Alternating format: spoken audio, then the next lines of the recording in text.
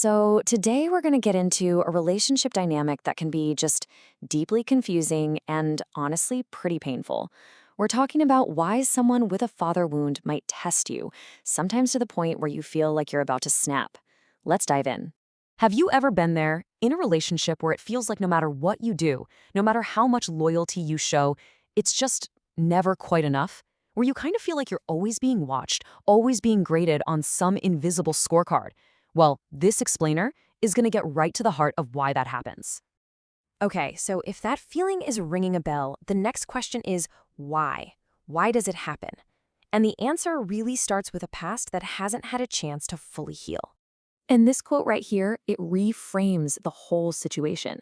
See, this isn't some calculated, malicious plan to make you miserable. It's a survival mechanism.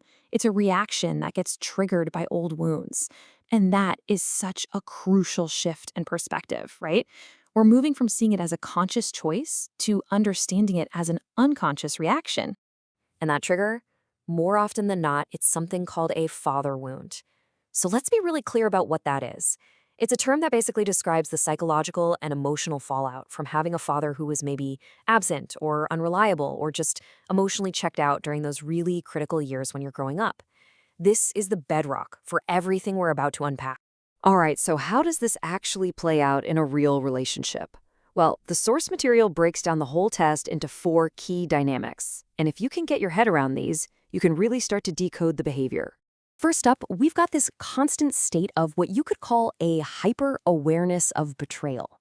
Now, this goes way beyond just being a little cautious. We're talking about a brain that, because of past trauma, has literally been rewired to hunt for threats. It's on high alert all the time, scanning for danger.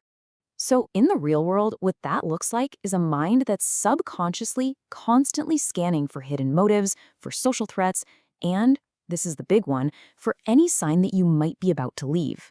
It's like a full-time, emotionally draining job that she can't just clock out of. Okay, let's get into the second dynamic. And this is where things can start to feel a lot like mind games. It's something called the intermittent reinforcement loop.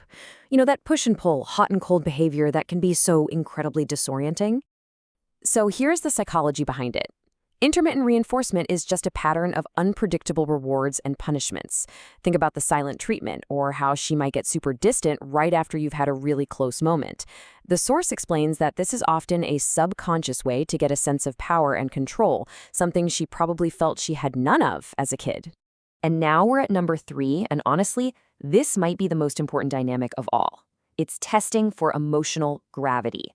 This is the real core of it. She isn't just pushing your buttons for the sake of it. She's looking for a very, very specific response from you. I want you to think about it like this.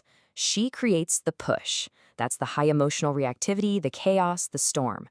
But what she's subconsciously testing for is your pull, your emotional gravity. Can you be that calm, stable, unshakable force that can take her storm without breaking, without getting angry, and without leaving? She's basically testing to see if you can be the anchor in her hurricane. And that brings us perfectly to our 4th and final dynamic, which really explains why it can so often feel like you're being blamed for how she feels.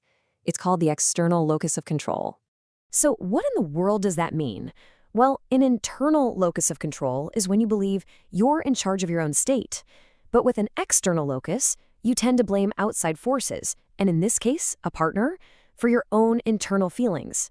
So when you hear, "you made me feel this way," what you're really seeing is an underdeveloped ability for her to regulate her own emotions. It's not really about you. So we've looked at how the test works with these 4 dynamics, but that brings us to the biggest, most important question of all. What is the true purpose of this exhausting, painful test? And this right here, this is maybe the biggest reframe we can make. Testing isn't an act of hate. I know it feels personal. It feels like an attack. But its real motivation is something else entirely.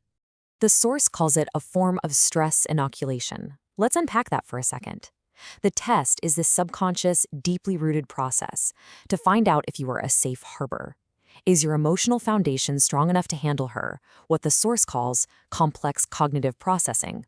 All that anxiety, that fear, all those trauma-wired responses. She's not trying to break you, she's trying to find out if you're unbreakable.